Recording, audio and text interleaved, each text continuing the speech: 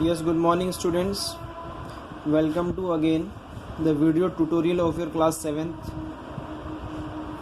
The chapter number 7, weather and climate.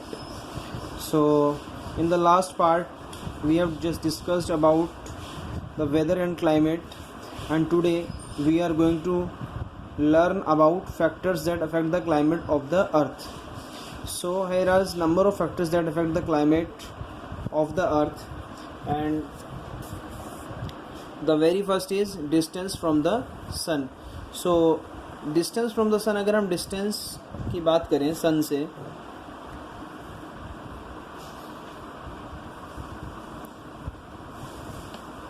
Distance जो है हमारे सन का, अगर हम अपने सन के डिस्टेंस की बात करें तो सबसे पहले हम स्टार्ट करते हैं कि सन बेसिकली, अगर हम सन की बात करें तो सन जो है हमारा सोर्स ऑफ एनर्जी है, और ये जो है एनर्जी जनरेट करता है जो कि न्यूक्लियर रिएक्शंस इसके अंदर होती हैं, और जिसमें कि ये कन्वर्ट करते हैं, जिसमें कन्वर्जन होता है हाइड्रोजन का हीलियम में, तो हाइड्रोजन को हीलियम में कन्वर्ट करता है। अब इसी के साथ साथ इसकी रिजल्ट का जो रिएक्शन होता है उसके इस रिजल्ट से इन रिएक्शंस होने की वजह से वो इतनी ज़्यादा वो जो है टेम्परेचर जो है हमारे अर्थ का जो सरफेस है, इन रिएक्शंस का रिजल्ट ये होता है कि इनकी वजह से गर्मी इतना ज़्यादा गर्म हो जाता है हमारे सन का सरफेस जो है, कि जो सन है, जो हमारा सूरज है, उसका जो सरफेस है, उसका जो टेम्परेचर है वो हो जाता है 5000 डिग्री सेल्सियस। जो temperature of the surface of earth is 5000 degree Celsius. और अगर अपने सन के अंदर की बात करें, अगर जो हमारा कोर है, जो कोर पार्ट है सन के अंदर की अगर बात करें तो उसमें क्या होता है, जो टेम्परेचर है वो 15 मिलियन डिग्री सेल्सियस है, 150 लाख डिग्री सेल्सियस। तो ये जो है बहुत ही गर्म, इसी वजह से, क्योंकि टेम्परेचर इतना ज़्यादा हाई है, तो इतना हाई टेम्परेचर होने की वजह से ही जो है ये हमारा चमकता है और इतना ज़्यादा गर्म होता है। अब अगर डायमीटर की बात करें कि सूरज बड़ा कितना है, तो जो डायमीटर जो सन है, सन का जो डायमीटर है वो 14 लाख किलोमीटर है, 1.39 मिलियन किलोमीटर्स, तो नियर बाय 14 लाख किलोमीटर्स जो है। और अगर हम इसी को कंपेयर करें अर्थ के डायमीटर के साथ, तो जो अर्थ का जो डायमीटर है वो है 12,700 किलोमीटर, 12,700 किलोमीटर। तो सन जो है अगर हम साइज़ की बात करें दोनों, तो सन जो है बहुत बड़ा है। किस चीज़ से? हमारे जो सन है, तो सन को जो हमारा सन है उससे जो बहुत बड़ा है हमारा क्या, हमारी जो अर्थ है, अर्थ के कंपैरिजन में सन हमारा बहुत ज़्यादा बड़ा है। अब इसी के साथ साथ देखिए, जो एनर्जी जो रेडिएट करता है, जो सन जो है एनर्जी रेडिएट जो करता है, जो एनर्जी निकलती है सन से, वो जो है सारी डायरेक्शंस में जाती है, और जब वो सारी डायरेक्शन में, सभी डायरेक्शंस के अंदर जो हमारी एनर्जी जाती है, तो वो जो है सभी डायरेक्शंस में जाती है और अर्थ पर भी आती है। लेकिन अगर डिस्टेंस की बात करें, जो अर्थ और सन के बीच का जो डिस्टेंस है वो है 150 million kilometre, 150 million kilometres away from the sun. तो इस इतनी दूरी जो है इतनी ज़्यादा है, इस वजह से जो है बहुत ही कम अमाउंट ऑफ एनर्जी जो है वो रेडिएट होने के बाद जो है हमारे अर्थ पे रिसीव हो पाती है।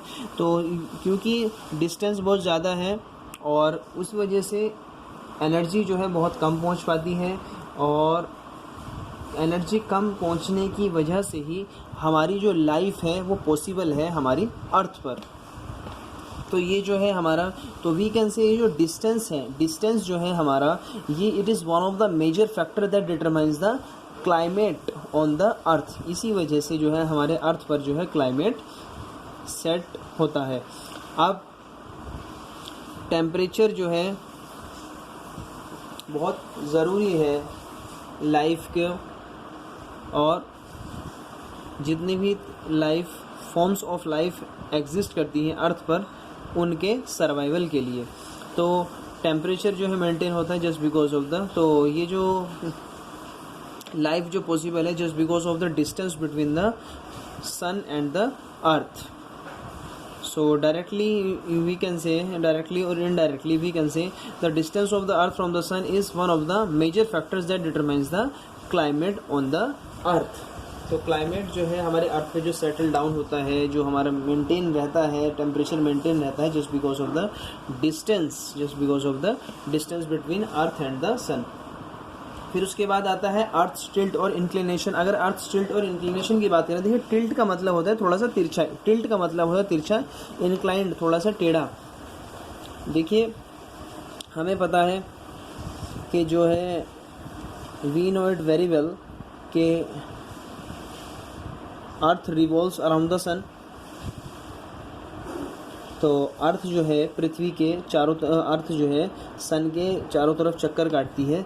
तो दैट पाथ, वो जो पाथ है जिसमें जो हमारी अर्थ है वो सन के चारों तरफ रिवोल्यूशन में रहती है, रिवॉल्व्स करती है, that particular path is known as orbit of the earth. उसको हम कहते हैं ऑर्बिट, वो होता है हमारा ऑर्बिट। और सेम टाइम पे जो अर्थ जो है वो रोटेट करती है एक पर्टिकुलर इमेजिनरी लाइन पे, एक पर्टिकुलर इमेजिनरी लाइन जो नॉर्थ और साउथ पोल्स को जोड़ रही है, जो नॉर्थ और साउथ पोल को जोड़ रही है। And that particular line is known as the axis of rotation. और सिंपली या तो हम उसको एक्सिस कहेंगे या फिर कहेंगे एक्सिस ऑफ रोटेशन, या तो हम उसको एक्सिस कहेंगे या फिर कहेंगे एक्सिस ऑफ रोटेशन। तो ये जो है, अब ये जो पाथ है, देखिए जो स्पिनिंग टॉप होता है, ये जो हमारा अर्थ का जो मूवमेंट है, it is somewhat similar to a spinning top. तो जो स्पिनिंग टॉप होता है, जो हमारा लट्टू होता है, अगर हम उसके और अपने अर्थ की बात करें तो ये जो है हमारा सेम बैठेगा। और जो है जिस प्लेन में वो एरिया जिसमें अर्थ जो है रिवॉल्व करती है, that particular is known as the elliptical plane. अगर हम उसमें एक प्लेन को इमेजिन करें, एक प्लेन सरफेस को, एक फ्लैट सरफेस को इमेजिन करें जिसमें कि अर्थ का ऑर्बिट जो है लाई करता है, जो जिसमें अर्थ का ऑर्बिट जो लाई करता है, दैट पर्टिकुलर सरफेस और plane is known as elliptical plane. Spinning top भी जो है, स्पिनिंग टॉप की अगर बात करें तो स्पिनिंग टॉप भी थोड़ा टिल्ट है, थोड़ा टेढ़ा है, थोड़ा टेढ़ा ही मूवमेंट करता है। अगर हम उसको ध्यान से देखेंगे तो वो जो है परपेंडिकुलरली नहीं करता है। तो ये जो अर्थ है, अर्थ जब तिरछा है तो कितना टेढ़ा है, तो अर्थ का जो एंगल है, एंगल ऑफ इंक्लिनेशन जो है अर्थ का, तो एंगल ऑफ इंक्लिनेशन है हमारा 23.5 डिग्री, 23.5 डिग्री। ये आप डायग्राम में भी देख सकते हैं आसानी से कि ये जो है ऊपर जो है हमारा ये जो है अर्थ जो है रिवॉल्व कर रही है, ऊपर नॉर्थ पोल है, नीचे साउथ पोल है। ये जो अर्थ जो है हमारी जो है रिवोल्यूशन में है, मूवमेंट में है, अब एक पर्टिकुलर एक्सिस से, तो earth with its axis of rotation. तो ये जो हमारा प्लेन इलिप्टिकल प्लेन है, तो ये जो है हमारा नॉर्थ पोल और साउथ पोल जो है, नॉर्थ पोल और साउथ पोल जो है, ये देखिए अगर हमने यहाँ से एक परपेंडिकुलर लाइन ड्रॉ करी और हम एंगल मेजर करेंगे तो ये जो कितना तिरछा है, तो that particular angle is known as the angle of inclination. और ये होता है हमारा 23.5 डिग्री, 23.5 डिग्री। और स्पिनिंग टॉप भी अगर आप लट्टू अब देखेंगे तो स्पिनिंग टॉप भी टेढ़ा ही तिरछा ही घूमता है। तो ये जो है हमारा ये समझना इसलिए ज़रूरी है क्योंकि जैसे जैसे अर्थ हमारा रिवोल्यूशन करेगी, जैसे जैसे अर्थ हमारी रिवोल्यूशन करेगी, और अर्थ रिवोल्यूशन के साथ साथ जो है हमारा जो है नॉर्थ पोल और साउथ पोल भी चेंज होंगे। और जब north pole south pole change होंगे तो हमारी और जो है क्लाइमेट भी चेंज होगा।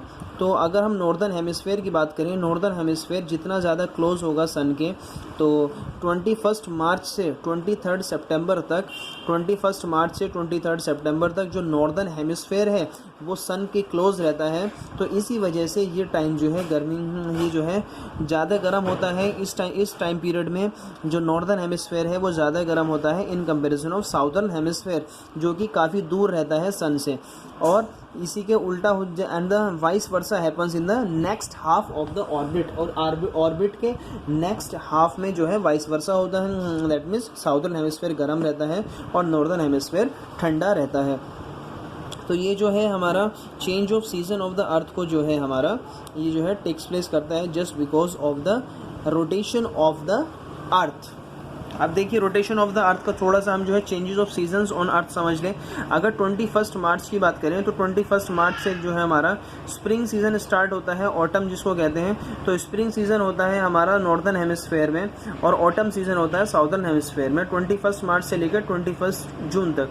अब 21 जून से लेकर जो है गर्मी रहती है, नॉर्दर्न हेमिस्फेयर में, और सर्दी रहती है साउदर्न हेमिस्फेयर में 21 जून से लेकर 23 सितंबर तक, और 23 सितंबर से लेकर 21 दिसंबर तक जो है हमारा ऑटम सीजन रहता है, स्प्रिंग ऑटम सीजन रहता है नॉर्दर्न हेमिस्फेयर में, और स्प्रिंग सीजन रहता है साउदर्न हेमिस्फेयर में। तो 21 दिसंबर से लेकर 21 मार्च तक विंटर सीजन रहता है नॉर्दर्न हेमिस्फेयर में, और साउदर्न हेमिस्फेयर में रहता है समर सीजन। तो डियर स्टूडेंट्स, ये जो है हमारा change of the seasons on earth है, which directly depends upon the axis of rotation. And after that, here is the very small topic, one more topic is there, sunrise and sunset. Sunrise means जिस time पे सूरज हमारा निकलता है, और sunset जिस time पे सूरज हमारा ढलता है, तो that is known as the sunrise and sunset respectively.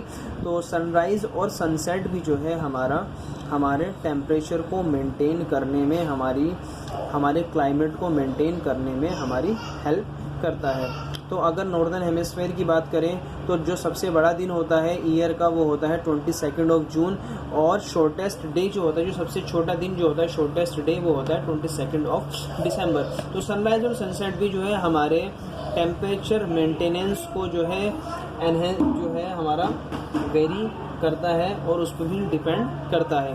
तो देखिए ये है हमारा सनराइज एंड सनसेट तक। तो that's all about for the part second of your chapter number 7, and next we will start in the next topic, we will discuss in the some next new lectures. So till then, thank you.